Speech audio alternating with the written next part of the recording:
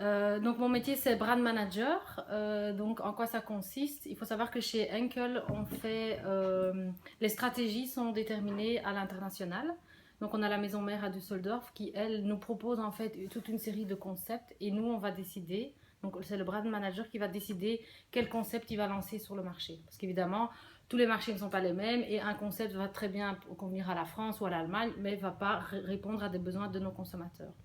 Donc nous, dans la palette de projets qu'on nous propose, on va choisir, en fonction du potentiel qu'on estime, de lancer tel projet, mais pas tel projet. Si on ne lance pas un projet, on doit expliquer à la maison mère pourquoi on ne lance pas. Ce n'est pas juste en fonction de nos envies, on doit vraiment appuyer les décisions. Et si on choisit de lancer un projet, il faut aussi donner des estimations de volume de chiffre d'affaires qu'on pense faire et dans combien de magasins le produit va être présent, quel volume on va faire, quel soutien on va apporter, est-ce qu'on va le soutenir en médias ou pas en médias, parce que évidemment au plus on communique sur une nouveauté, au plus elle est vendue et au plus grand le chiffre d'affaires. Maintenant, dans les différents projets qu'on choisit, il y a des projets qu'on va lancer de manière très grande. Donc, on va le soutenir en télé, on va le lancer chez tous les clients, on va faire des displays, des grandes promotions. Et puis, il y a des projets qu'on va lancer que chez des clients spécifiques. Chez nous, des clients très spécifiques, c'est Kruidvat et Di, puisque dans tous, ils sont très spécialisés dans le cosmétique. Et on va, chez eux, lancer plus des produits un peu plus spéciaux qu'on va peut-être pas retrouver chez un Deleuze et chez un Carrefour. Donc ça, c'est une grosse partie, c'est déterminer quels sont les concepts on va lancer sur le marché. Et puis après, c'est vraiment l'implémentation des concepts sur le marché en tant que tel. On va aussi décider de toutes les campagnes médias. Donc on reçoit en fait un certain montant à investir en médias. Et alors à nous, est-ce qu'on va en télé, est-ce qu'on va dans les médias sociaux? Parce qu'avec une marque comme Taft par exemple, le groupe, donc c'est une marque de gel, le groupe cible est plutôt jeune. Donc la télé, il faut déjà trouver le canal qui est un canal jeune. Donc on parle d'un Plug TV ou d'un Jim TV en Flandre. Jim TV n'existe plus en Flandre, donc il faut trouver des alternatives.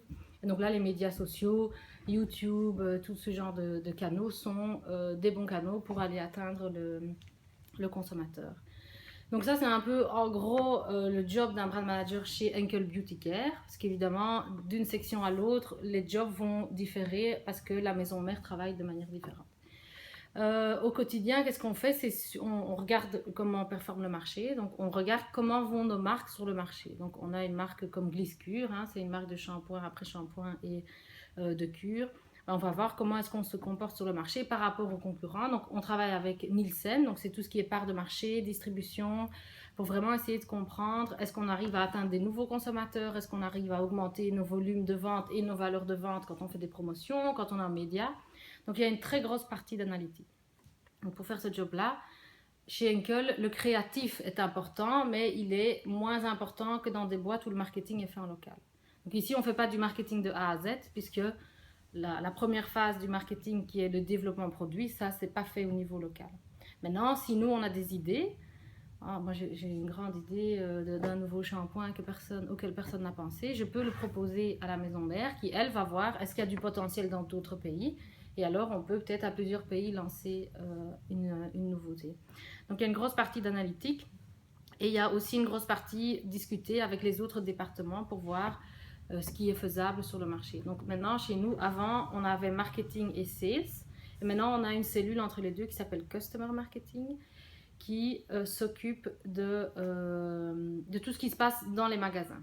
Et marketing s'occupe de la communication qui va tout de suite chez le consommateur, donc vraiment le choix de l'assortiment et puis la communication média. Et Customer Marketing va s'occuper de tout ce qui se passe en magasin, donc tout ce qui est l'aspect promotionnel, qui avant était chez Brand Management. Maintenant, on a des spécialistes en Customer Marketing par catégorie sur le côté promotionnel. Donc il y a aussi beaucoup de réunions pour discuter avec les autres départements de comment on lance, chez qui on lance. Donc on ne décide pas ça tout seul dans son coin. C'est vraiment un travail de groupe finalement pour faire ça. Dans l'organisation, le brand manager, c'est un peu difficile d'expliquer sa position, mais on a donc plusieurs départements. Il y a la vente, il y a la logistique et il y a marketing. C'est vraiment très simplement. Et dans le marketing, en fait, le brand manager est au début du processus de lancement d'un produit. Je ne sais pas si ça répond à la question. Ça va. Mais c'est vraiment lui qui doit connaître sa marque le positionnement de sa marque, le groupe cible de sa marque, mais aussi savoir que font les concurrents. Ça aussi, c'est une partie du job du brand manager, c'est on ne s'occupe pas que de soi-même. On doit aussi regarder ce que font les concurrents. Et par exemple, le premier trimestre de l'année, c'est un trimestre très important parce que tout le monde lance des nouvelles choses. Et nous et la concurrence, donc nous, on doit vraiment garder les yeux ouverts, dire « Ah, L'Oréal a lancé ceci, qu'est-ce que c'est comme produit, est-ce qu'on a un produit similaire, comment ils communiquent ?» pour aussi suivre est-ce que ça marche bien ou pas. Pour aussi pouvoir déterminer par après, si on voit qu'il y a des innovations qui ne marchent pas, on peut essayer de prendre la place en rayon et donc agrandir notre espace en rayon. Mais ça, c'est le rôle de Customer Marketing. Donc là, je m'évade un petit peu. Maintenant, les qualités d'un brand manager, c'est le côté analytique. Alors, je l'ai déjà dit, mais c'est vraiment, en tout cas chez nous, c'est extrêmement important. Du créatif aussi, mais moins que quand on fait du marketing de A à Z. Dans certaines boîtes, ils font vraiment du développement produit. Ça, on a beaucoup moins chez nous. Donc l'analytique, mais aussi d'un point de vue, comme on dit, il y a les hard skills et les soft skills, mais d'un point de vue humain et personnel, il faut vraiment savoir être diplomate aussi pour pouvoir aller discuter avec les autres départements et arriver aussi à convaincre les gens d'un projet. Parce que moi, je peux être convaincue d'un projet, mais si j'arrive à convaincre personne en interne que c'est le projet qu'il nous faut pour l'année prochaine, bah, ça ne sert à rien. Donc, c'est aussi savoir avoir des... Les relations humaines sont très importantes, mais ce n'est pas que dans ce job-ci, c'est dans tous les jobs. C'est vraiment une donnée qui est très importante et même dans la vie de tous les jours. Maintenant, en termes de conseils pour le futur, je pense qu'il faut savoir clairement avant de commencer, est-ce que j'ai envie de faire du marketing de A à Z ou est-ce que je veux être plus analytique ou plus créatif? Parce que ça va vraiment déterminer en marketing vers où quoi on va se diriger. Si on est plus créatif, il faut aller dans une boîte de com. C'est pas, en tout cas chez Henkel, que vous allez pouvoir développer votre côté créatif. Parce que chez Beauty Care, on est plus analytique. Maintenant, si vous êtes plus analytique, chez nous, entre guillemets, c'est parfait. Et puis, il y a des boîtes où on fait de tout. C'est souvent des plus petites boîtes, des plus petites structures. Par le passé, j'ai travaillé dans des plus petites structures où on faisait vraiment du développement de produits, packaging, etc., jusqu'à la mise sur le marché du produit. Mais ça, c'est important à savoir. Après, c'est difficile de le savoir quand on a encore travaillé nulle part. Moi aussi, je me suis déjà posé la question. Maintenant que j'ai fait les deux, moi, je sais que je suis un peu moins créative et plus analytique. Donc, je suis plus à mon aise dans le job actuel parce que c'est très analytique que d'être dans du créatif et d'aller imaginer les concepts les plus fous. C'est un peu moins ma force, on va dire. Donc, mais ça, je pense qu'au cours d'une carrière, on croit avoir trouvé un chemin et puis on finit toujours par un peu, et vous allez peut-être faire du marketing et puis finalement dire, moi, c'est la vente qui m'intéresse. Marketing, c'est trop abstrait ou je ne sais pas, c'est un peu... Je pense que dans une carrière, il y a beaucoup de gens qui vont un peu de gauche à droite. Et c'est bien de changer. Il ne faut pas trop changer, mais c'est bien aussi d'aller un peu... de goûter à autre chose. Moi, ça fait 5 ans que je suis dans la boîte et je suis déjà dans ma 3e fonction. Et surtout maintenant, avant... ça, vous n'allez pas pouvoir utiliser parce que... En fait, j'étais brand manager jusqu'à il y a 6 mois. Je suis partie en congé de maternité et maintenant je suis dans cette cellule Customer Marketing. Donc je vois en fait le même business mais sous un autre angle. Donc avant j'ai décidé au niveau stratégique quelle nouvelle gamme on va lancer sur le marché, comment on va les soutenir. Et maintenant je suis dans Customer Marketing. Et là je regarde vraiment quelle nouveauté je vais mettre chez quel client, quel produit je vais sortir du rayon pour mettre un autre à la place. Parce qu'on sait que les rayons ne sont pas extensibles. Donc on va dire j'ai droit à 1 mètre de rayon, je dois mettre mes meilleurs produits sur ce mètre-là. Ou je dois essayer d'aller voler de la place chez les concurrents. Si je performe mieux que les concurrents, j'ai droit à avoir plus de place que les concurrents. Et donc maintenant, je vois vraiment ça d'un autre côté, où j'ai marketing qui essaye de me vendre des concepts, où je suis un peu bof. Mais à un moment donné, on trouve un consensus et alors on fait l'implémentation dans les magasins. Donc ça, c'est chouette si dans une même boîte, vous avez aussi l'occasion d'un peu bouger. Il faut que la boîte le permette, évidemment. C'est pas toujours évident. Mais moi, le marketing, j'ai adoré. J'ai fait ça donc ça va faire 10 ans que je travaille. J'ai fait ça pendant 9 ans. Moi, j'ai adoré parce que j'ai eu et le marketing de A à Z et le marketing plus analytique. Donc, moi, j'aime bien. Ça, vous avez travaillé plus en équipe ou non, on est quand même toujours en équipe. On n'est jamais tout seul à décider de toute façon. Donc, tu as toujours ton supérieur de toute façon qui donne l'accord final. Mais je dois dire que chez nous, il y a des réunions, il y a vraiment des plateformes qui sont créées pour discuter aussi avec la vente en disant voilà, parfois on ne sait pas. Il y a des concepts, on y croit, mais à moitié. Et donc, on va un peu discuter avec les gens de la vente parce qu'eux aussi, ils ont une autre vision des choses. Ils vont te dire, mais si, moi je suis convaincue qu'il y a du potentiel, au moins chez mon client. Tout ça, c'est un peu du lobbying en interne aussi. Hein. Au plus il y a de gens qui sont convaincus par ton projet, au plus tu as de la chance que ça soit réalisé. Parce que quand on reçoit de la maison mère des projets, hein, on reçoit le projet A, moi je signe, je veux le lancer.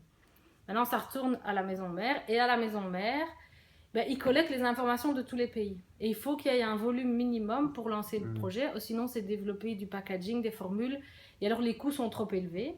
Et donc, le coût le coût de production du produit est trop élevé pour le vendre au prix habituel et donc ta marge n'est pas bonne. Donc ça aussi, on doit calculer les marges des produits et veiller à ce que le produit coûte le moins cher possible pour que notre marge et la marge d'un Carrefour, d'un Delhaize soient le plus haut possible, évidemment. C'est le but final, c'est quand même de faire de l'argent.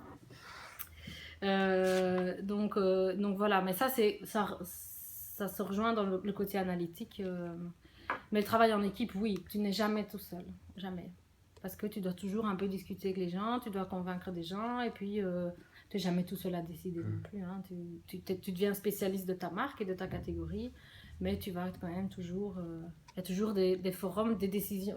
La plupart des décisions, c'est toi qui les inities. Tu dis, moi, je veux aller dans cette direction-là, mais tu dois demander l'accord du management supérieur. C'est quand même toujours le management qui choisit. Donc, tu n'es jamais 100% responsable tout seul de ce que la boîte fait, heureusement d'ailleurs.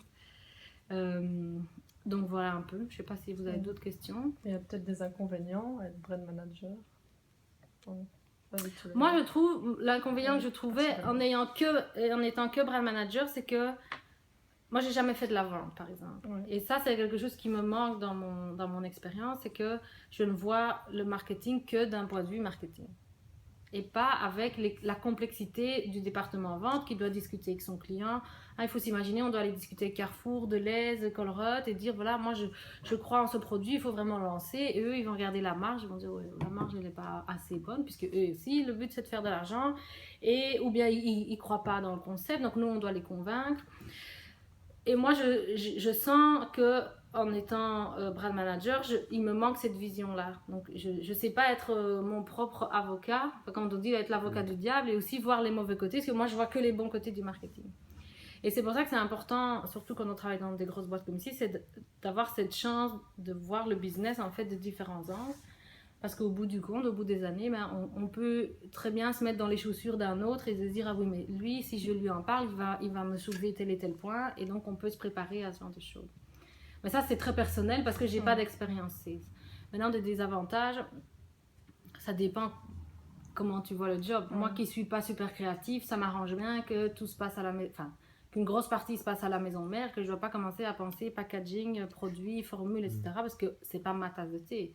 Mais nous, on a eu des collègues qui sont partis d'Enkel parce qu'eux, ils veulent justement, il leur manquait cette première étape dans tout le processus marketing. Mais il y a du stratégique, il y a de l'opérationnel, c'est assez complet. Maintenant, moi, je ne vois pas de désavantages parce que j'aime vraiment bien mon job. Donc, je ne suis peut-être pas la bonne personne à qui poser la question. Mais, ouais, j'ai rien à rajouter sur cette question. Et vous avez fait quoi comme études?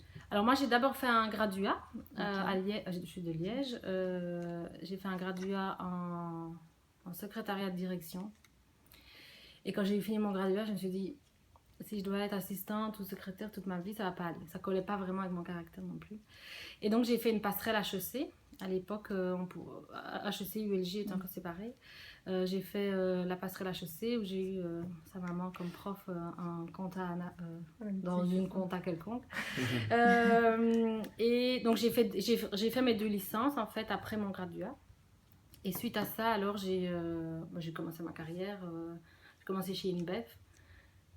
Mais donc ça prouve que c'est pas parce qu'on fait des... Enfin, moi j'avais commencé avec un graduat parce que je savais pas trop quoi faire non plus de ma vie. À 18 ans, honnêtement, je savais pas.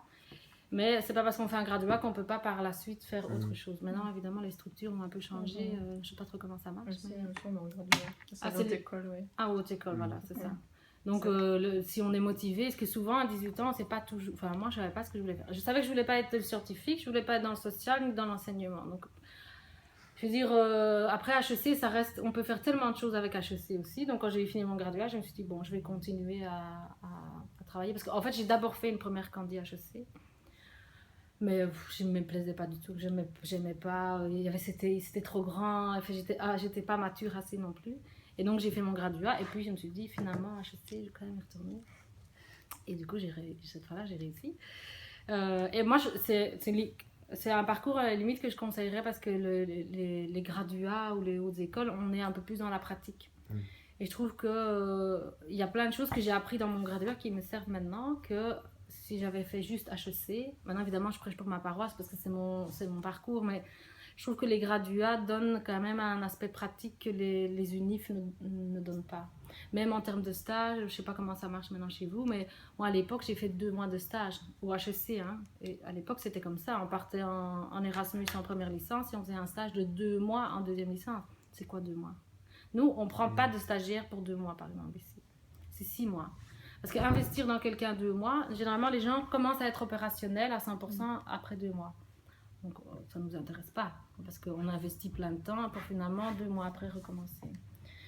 Et donc ça c'est un peu l'inconvénient dans le système belge, mais bon ça c'est un autre sujet. je m'éloigne un peu du sujet initial. Vous prenez des gens à partir de 6 mois minimum 6 mois, ouais. Okay. Et généralement, la loi en Belgique, mais je pense qu'elle vient de changer, c'est que si vous avez fini vos études, on peut vous offrir un statut de stagiaire les 6 mois qui suivent le diplôme. Après 6 mois, on est obligé de vous donner un contrat. Okay. Mais j'ai cru comprendre que ça venait de changer. Mais nous, généralement, on a énormément de Français qui, eux, font des années de césure. Donc, ils arrêtent d'aller à l'école 1 an et ils font 2 fois 6 mois. Et donc généralement, nos stagiaires, c'est quasi tous des Français, de par ça. Et on en a quelques Belges, mais qui viennent de finir leurs études, ou qui décident eux-mêmes de faire des stages plus longs. Je dis ça parce qu'en 3e année, on a un stage de 3 mois à faire. Et donc ici... Ah non, tu peux oublier tout de suite. Malheureusement, non, parce que ça nous prend tellement de temps. Et nous, on a tellement de travail qu'on a vraiment besoin de gens qui vont pouvoir nous aider sur la durée. Et si on est en pleine phase on commence à avoir nos nouvelles stagiaires qui arrivent, et c'est des moments très difficiles pour nous, parce qu'on doit... Même si les stagiaires s'expliquent tous les unes aux autres, c'est au féminin parce qu'elles sont principalement... C'est surtout des filles. Chez nous, hein, chez Beauty Care, chez Adhésif, il y a des garçons. Mais en tout cas, chez nous, Beauty Care, on prend pas moins de 6 mois. Parce que l'investissement est trop lourd en temps, hein, je ne parle pas en argent, mais... Donc voilà, c'est malheureusement pas ici qu'on pourra offrir quelque chose. Peut-être dans les autres départements, mais je pense pas. Je pense que c'est un peu une règle globale chez Henkel. Je pense que c'est plus facile de trouver dans des plus petites structures. Je pense qu'il y a beaucoup de plus petites boîtes. Non, c'est par curiosité, parce qu'il faut qu'on se fasse déjà une petite idée. Oui, vers quoi voulez-vous diriger, ouais. Mais l'école, elle est à Bruxelles ou elle est à Bruxelles? Ah, mais ta maman, elle n'est pas de Liège, ta maman? Si, mais c'est moi qui viens faire mes études ici. Ah oui, c'est toi qui fais le chemin inverse. Hein, aussi, je me disais, mais ta maman, elle est de Liège. Enfin, non, si je ne voulais pas faire HEC non plus. Bah, aller au... Mais parce que ta mère y est ou juste parce que c'est HEC? Bah, c'est trop théorique HEC. Ah ouais. Bah oui, moi je trouve que... Et c'est toujours bien...